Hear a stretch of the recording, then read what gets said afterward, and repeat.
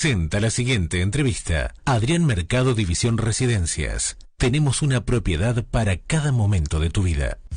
Saludo a Daniel Estico, es economista, ya está en línea. ¿Cómo te va, Daniel? Buenas tardes. ¿Qué tal, Eduardo? Buenas tardes. ¿Qué decís? Bueno, riesgo país aumentan, los papeles argentinos en el mundo cayendo más del 10%. ¿Y a dónde vamos? ¿Tiene que ver con el mundo o con lo nuestro? Todo tiene que ver con todo, pero en este caso particular, los datos que estamos publicando en Infobae sobre el riesgo país y sobre caída fuerte de las ADR, tiene que ver con nosotros, tanto con el gobierno que mantiene y que debe mantener el control de la economía hasta el 10 de diciembre, como a mi juicio de el candidato triunfador en las elecciones de las PASO, porque creo que no ha sido feliz que hablara de tipo de cambio está bien a 60 pesos, no es feliz ahora, que hoy dijera que era necesario negociar y hablar uno por uno con los acreedores, experiencia en la cual Guillermo Nielsen ha tenido gran participación, porque está anticipando que la Argentina está prácticamente en estado de default y por eso no puede pagar los vencimientos de la deuda. Creo que eso no es real y creo que eso es realmente imprudente y sobre todo perjudicial incluso para sus propios votantes, ¿no? Sí. El tema es que esto repercute en la economía real, porque hoy, bueno, ahí tenés, hay feriado medio extraño, pero feriado al fin. Esto que es riesgo país, esto que los papeles en el mundo, esta desconfianza, etcétera, ¿va a seguir pegándole a la economía real, Daniel? Y no te quepa la menor duda, porque el riesgo país es la contrapartida, el efecto inmediato de las tasas de interés que cualquier inversor le exige a la Argentina para comprar sus bonos, pero también al mismo tiempo eso arrastra a las tasas de interés de referencia del mercado. Por eso no es casual que la semana pasada el Banco Central haya tenido que subir la tasa de interés del 64 al 75%, y esto probablemente haga que mañana él vuelva a subir la tasa de interés, porque el gobierno dice, ¿cuál alternativa me queda? ¿Dejo caer la tasa de interés y que el tipo de cambio se vaya a un valor que es impredecible y que no me animo a decir?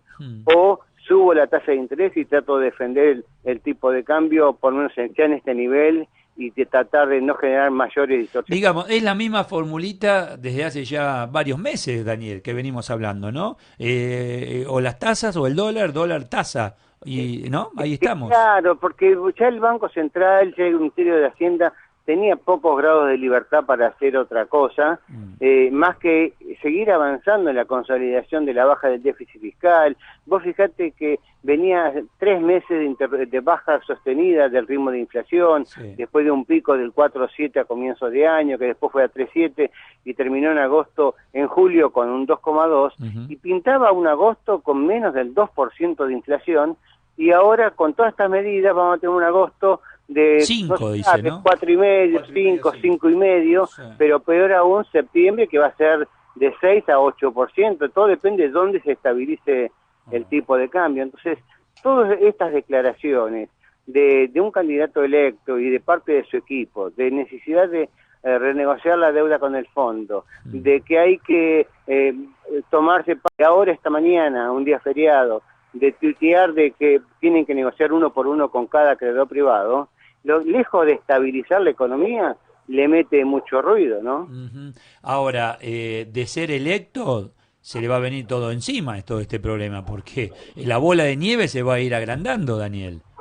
Sobre todo porque como el gobierno no pudo hacer otra cosa más que tratar de compensar el traslado a los consumidores del efecto de estas medidas del salto cambiario, y por eso dispuso subir el mínimo imponible, o sea, bajar la carga de ganancias sobre los trabajadores de altos ingresos, suspender o bajar a la mitad los anticipos de ganancia de los trabajadores autónomos, eliminar el IVA para una canasta de alimentos, es decir, aumentar la asignación universal por hijo y meterle 2.000 pesos promedio. En una palabra, todo eso es populismo. Claro, todo eso es compensación de por qué, cuando le preguntan o dicen por qué el gobierno no lo hizo antes, y en mi juicio es porque antes no estaba el dólar a 60 y ahora estaba en 45. Entonces, no es que el gobierno ahora está corrigiendo lo que no hizo, sino está tratando de mantener lo que venía haciendo, pero con otra nominalidad. Ya la tasa de interés no está en 64, está en 75, ya el tipo de cambio no está en 45, está en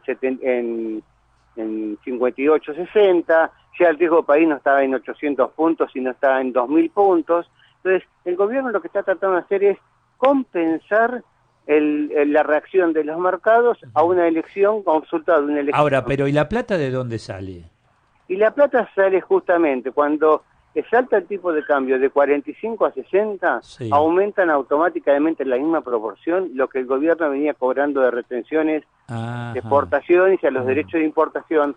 Porque vos sabés, Eduardo, que hay retenciones de emergencia. Aunque el porcentaje sea el mismo, pero el ingreso es mayor porque aumenta, hay más ingresos en relación peso-dólar. Claro, un exportador de soja que paga 25% de retención, lo que estaba pagando con un dólar de 45 que con un dólar de 60. Y utiliza ese excedente para actualizar también el ingreso en cuanto a lo que se estaba ofreciendo. Exacto. Está bien. Y al mismo tiempo se cobra el impuesto inflacionario. Ahora cuando la FIP ya está cobrando hoy, día por día, cada compra que hacemos los argentinos, ya no pagamos los precios que pagamos el viernes, sino que los pagamos un 15, un 5, un 10, un 20%, depende de las posibilidades que tiene cada uno de remarcar precios, y eso también hace que el impuesto inflacionario se traduzca en más cobro de IVA, más cobro de impuesto al cheque, etcétera.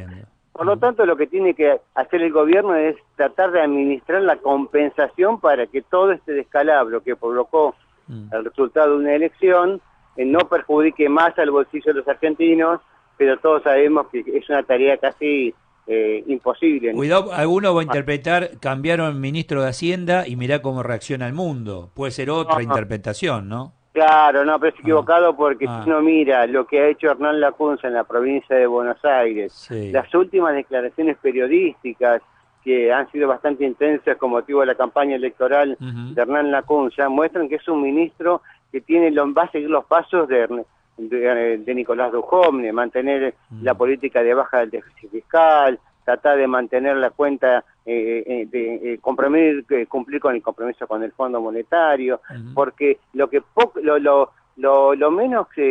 peor que podemos hacer los argentinos es ir al Fondo Monetario y decir no te puedo pagar, estoy en cesación de pagos, porque eso nos implicaría aislarnos más del mundo, aumentar más la inflación, aumentar más el tipo de cambio, aumentar más la tasa de interés. Ya esa historia parecía olvidada y cuando se estaba encaminando con dureza, con mucho dolor, porque obviamente son todas medidas que es cierto cuando los jubilados, los asalariados, los trabajadores, las empresas dicen que estaban peor que ayer, pero lamentablemente es el efecto de tratar de ordenar la economía. Hacerlo por las malas, ya estamos viendo en estos 5 días post elecciones cómo nos te complica todo mucho más, te complica todo mucho. Daniel, te mando un abrazo, gracias, buenas tardes. Igualmente, Eduardo, que sigas muy bien. Gracias, Daniel Estico. Presentó Adrián Mercado, División Residencias. No hacemos la felicidad, pero la acercamos. Adrián Mercado presenta Somos Industria, el mayor encuentro del sector.